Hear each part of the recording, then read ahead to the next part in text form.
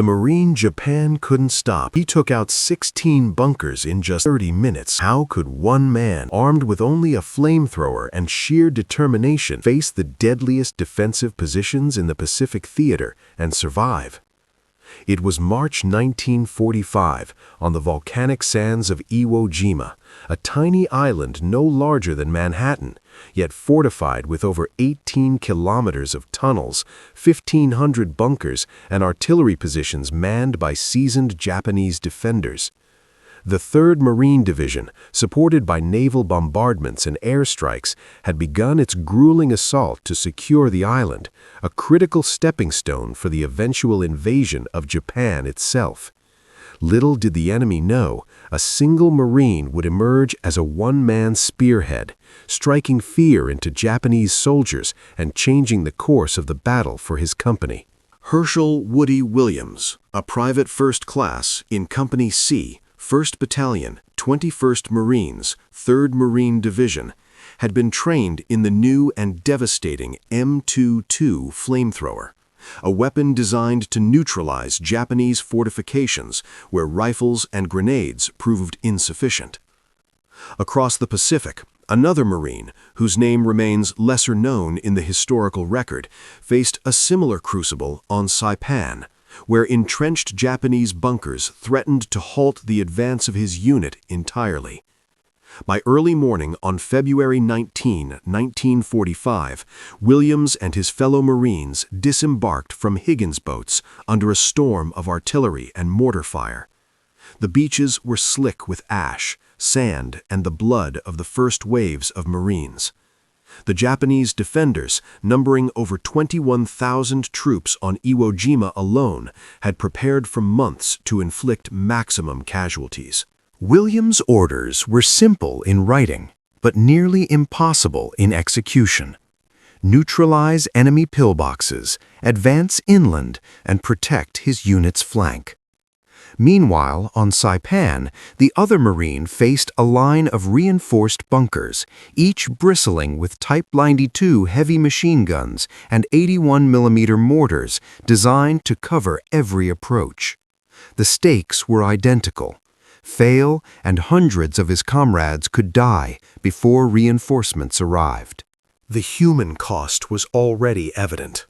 Casualty numbers from the first 24 hours of the Iwo Jima landings exceeded 3,500 killed and 6,000 wounded, while Japanese defenders, hidden in camouflaged fortifications, prepared for what would be a bloody, bitter struggle.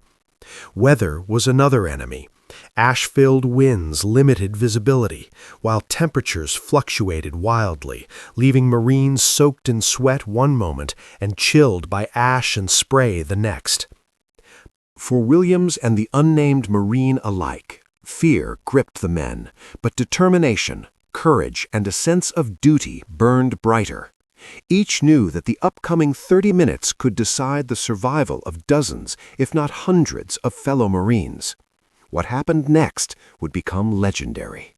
By mid-morning, the deafening roar of naval artillery had barely softened the edges of Japanese defenses. The Marines advancing inland could see the silhouettes of fortified pillboxes, each constructed of reinforced concrete, sometimes over 1.5 meters thick, topped with steel gun ports and interlinked by narrow trenches. These were not mere bunkers. They were death traps, designed to kill and hold until every last defender fell. Williams paused behind a low ridge, the M22 flamethrower weighing heavily on his back. His fellow Marines were pinned down by a fusillade of Type 96 and Type 99 machine gun fire, the bullets sparking against helmets and sandbags. Smoke and dust stung his eyes. Just 200 yards ahead, a single bunker emitted a dark plume of black smoke as incoming grenades failed to silence it. Meanwhile, on Saipan, the other Marine crawled forward under similar conditions. He could hear the steady rattle of Japanese .50-caliber heavy machine guns and the sharp crack of mortars landing mere feet from his position. The defensive line seemed endless, each bunker concealed 2 to 4 defenders, equipped with grenades, rifles, and flamethrowers of their own. For his unit, every step forward was a gamble between survival and annihilation. By 1400 hours, Williams had reached the first major obstacle, a double bunker position covering a critical approach to the central ridge. The first attempt by rifle and grenade teams had failed. Casualties were mounting. The air was thick with smoke, the screams of wounded Marines echoing off volcanic rock. Williams remembered his training. He adjusted the flamethrower's nozzle, tested the fuel line, and moved forward. Every step exposed him to machine gun fire. Yet with measured bursts of flame, he forced the first 2 bunkers' defenders to retreat or perish in the inferno. Within minutes, the line of sight opened just enough for his squad. On Saipan, a similar pattern unfolded. The unknown Marine had identified a key bunker network commanding the approach to his company's objective. Each position was approximately 100 yards apart, reinforced with steel plates and interconnected tunnels.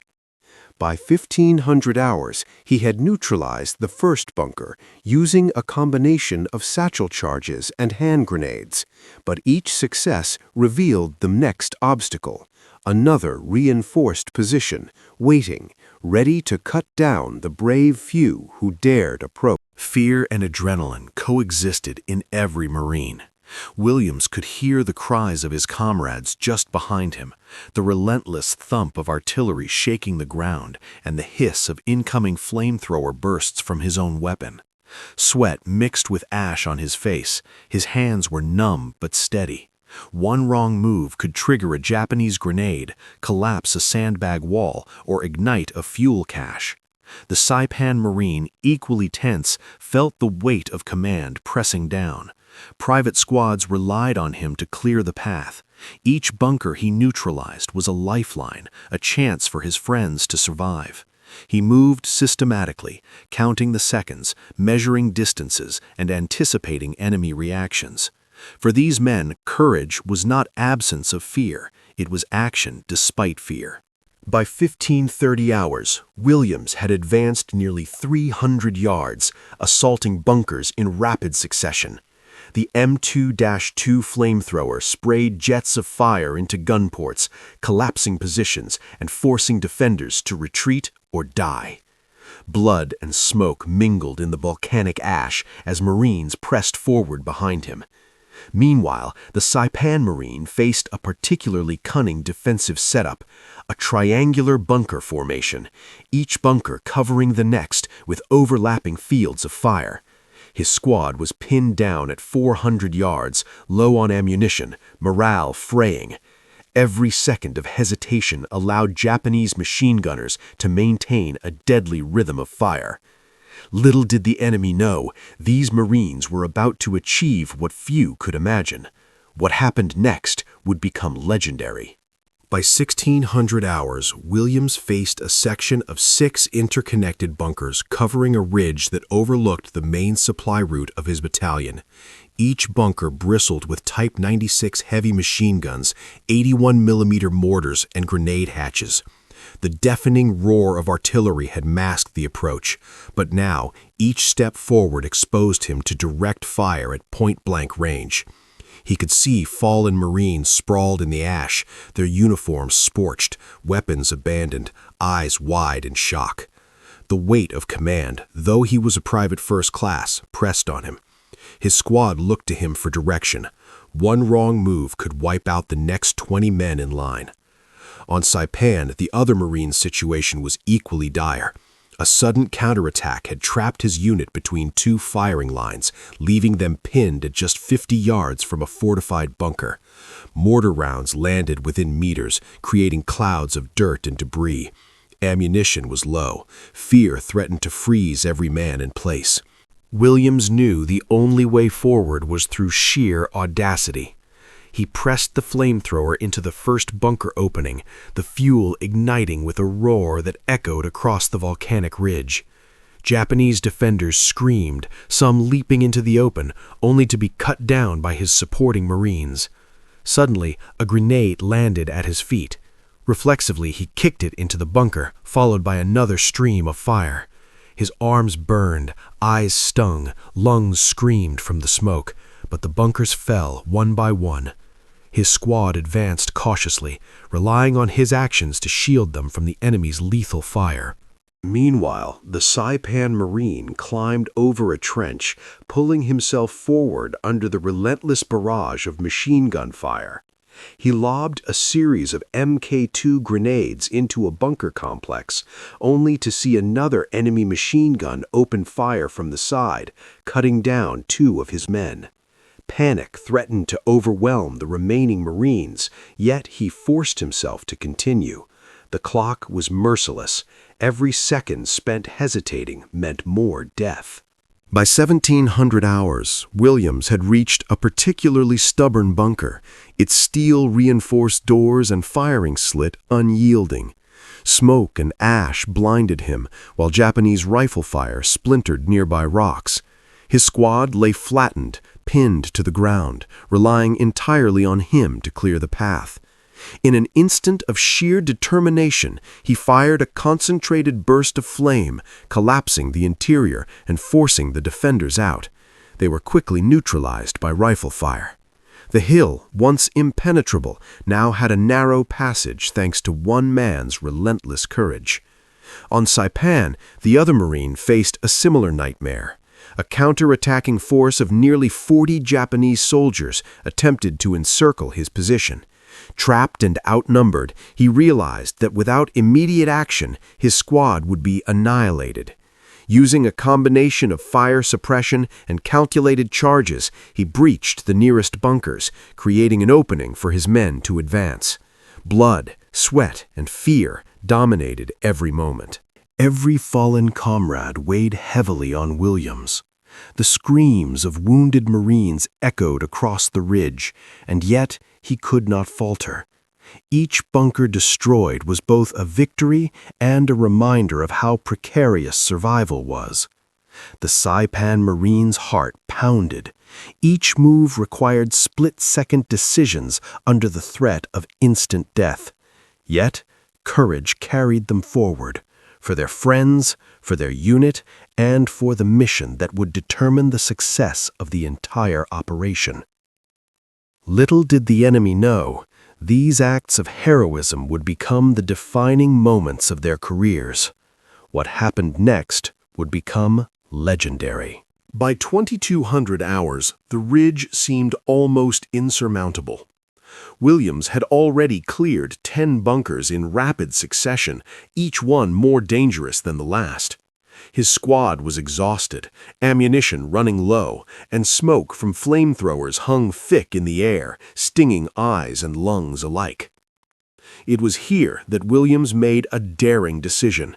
Rather than wait for heavy artillery or air support, he would take the fight directly to the remaining 6 bunkers alone, using calculated bursts of flame, grenades, and relentless determination. Every step forward carried the risk of instant death, yet he pressed on.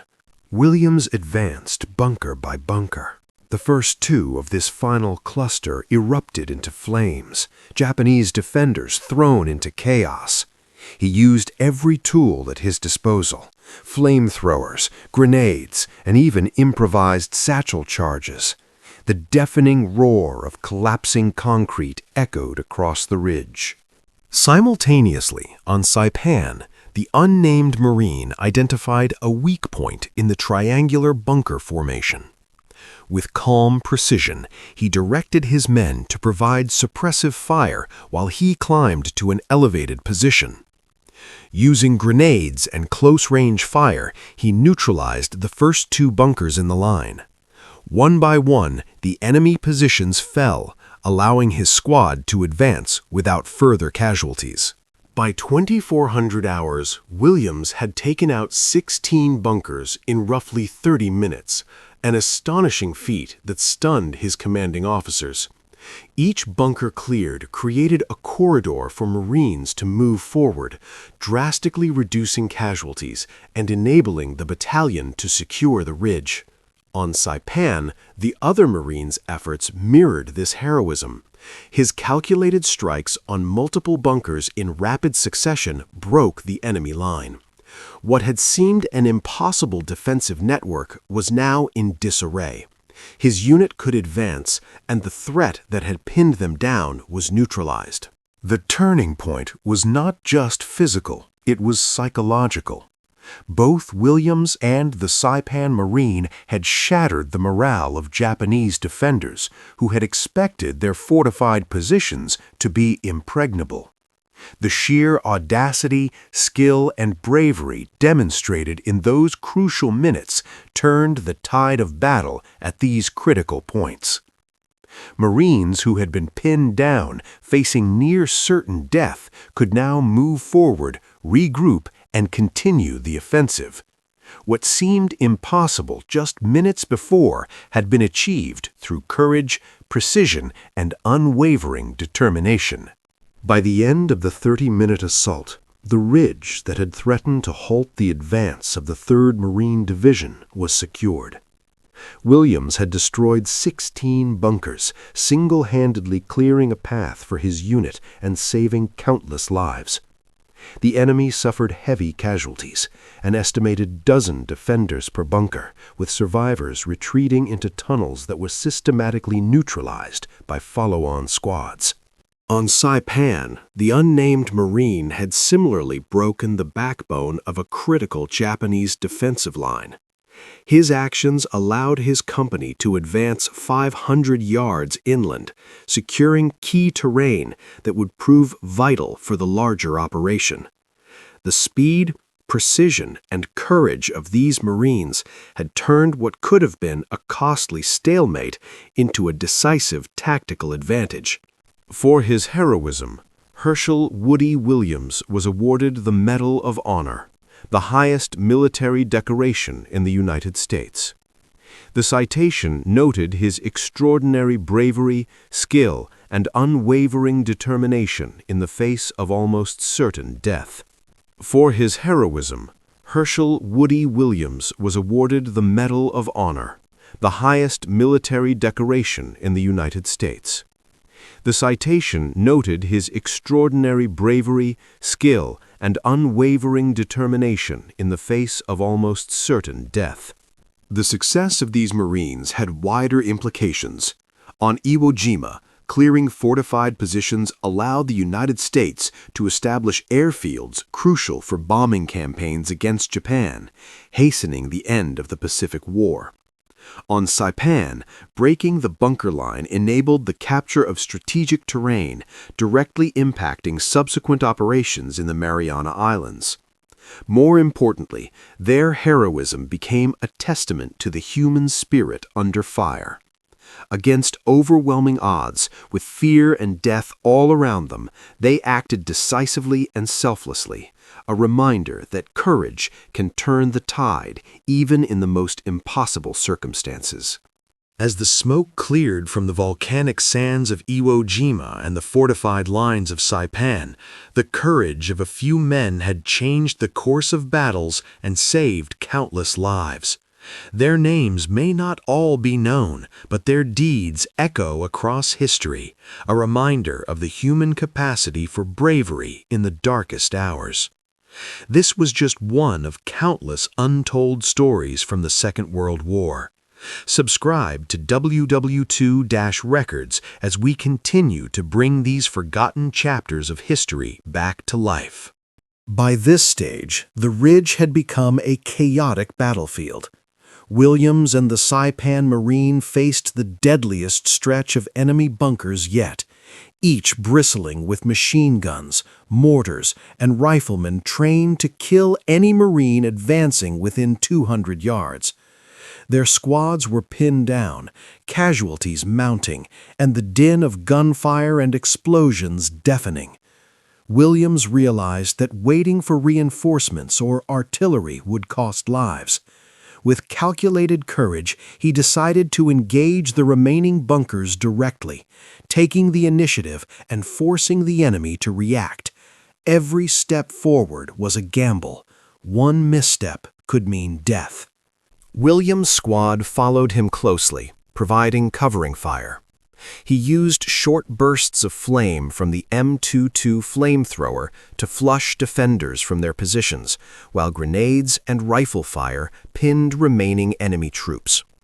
The coordination was seamless despite chaos. Marines moved as a unit, trusting William's instincts and leadership. On Saipan, the unnamed Marine employed a similar strategy. Observing a weakness in the triangular bunker formation, he instructed his men to suppress enemy fire while he assaulted the front line with grenades and close-range rifle fire. This decisive action created an opening that allowed his squad to advance and take the remaining positions. The psychological impact of their actions was immediate. Japanese defenders who had expected their positions to be impregnable began to falter. Fear and confusion spread through the bunkers. Both Marines had achieved what seemed impossible. They were no longer simply surviving, they were controlling the battlefield. The enemy's morale crumbled as Marines cleared each position in rapid succession. By the end of this period, the tide had shifted. What had been a near impossible defensive line was now vulnerable, setting the stage for the final heroic pushes that would secure victory. With the enemy's morale shaken, Williams pressed forward with relentless determination. He targeted the next cluster of bunkers, each reinforced with steel and concrete. The M22 flamethrower spat a searing jet of fire into the nearest pillbox, the roar echoing across the volcanic ridge. The defenders screamed, some leaping out only to be cut down by Marines providing covering fire. Every bunker cleared created a corridor of safety for his fellow Marines. The rapid pace, precision, and sheer audacity of William's assault astonished both his comrades and commanders alike. By now, the flank that had threatened to halt the advance was crumbling under his relentless drive. Wide views of the ridge showed the flanks previously threatened by enemy bunkers now crumbling under William's assault. Marines advanced through the corridor of cleared bunkers, explosions and smoke filling the air, marking the disintegration of enemy resistance. Wide views of the ridge showed the flanks previously threatened by enemy bunkers now crumbling under William's assault. Marines advanced through the corridor of cleared bunkers, explosions and smoke filling the air, marking the disintegration of enemy resistance. On Saipan, the unnamed Marine executed a similar rapid clearance.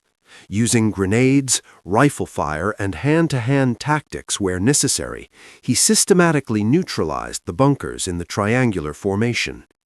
Each successful assault allowed his squad to advance another 50 yards, gradually breaking the defensive network. Despite the heroics, the toll was heavy. Marines lay wounded or dead. Smoke and ash filled the air, and the stench of burning bunkers lingered. Both Williams and the Saipan Marine pressed on, aware that hesitation could cost more lives. Fear and exhaustion threatened to overwhelm them, yet determination and the weight of responsibility carried them forward. By the end of this period, both Marines had cleared multiple critical bunkers, ensuring their units could advance and securing a pivotal edge in the battle. Their actions, though just moments in time, would be remembered as acts of extraordinary courage under fire. By 25 minutes into the assault, Williams and the Saipan Marine faced the final enemy positions. These last bunkers were heavily reinforced and interlinked, forming the backbone of the Japanese defensive line. Every step forward meant exposure to point-blank machine gun fire, mortar fragments, and hidden snipers. Williams moved deliberately, flamethrower in hand, his squad providing covering fire as he systematically destroyed each remaining bunker. The air was thick with smoke, ash, and the acrid stench of burning timber and human life. Despite exhaustion, he pressed forward, understanding that stopping now could cost dozens of Marines their lives. The Saipan Marine similarly led his men in a final coordinated assault. Using grenades, satchel charges, and suppressive fire, he neutralized the last defensive positions. The final enemy defenders either surrendered or were eliminated, leaving the path secured for his company. The cost was significant. On Iwo Jima, dozens of Marines had been wounded or killed, their valor etched into every crater and bunker wall.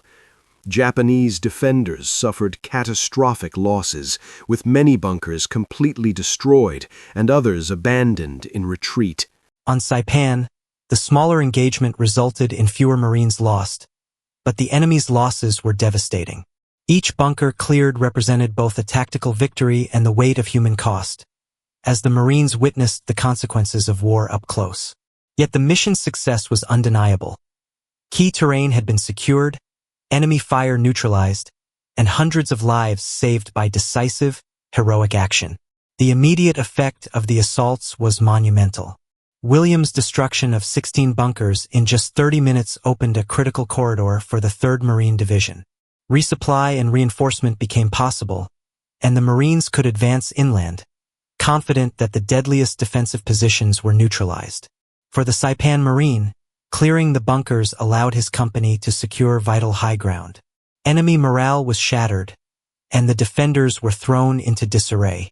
These actions did not just win a tactical engagement. They created psychological shockwaves, demonstrating the power of courage, leadership, and decisive action under fire.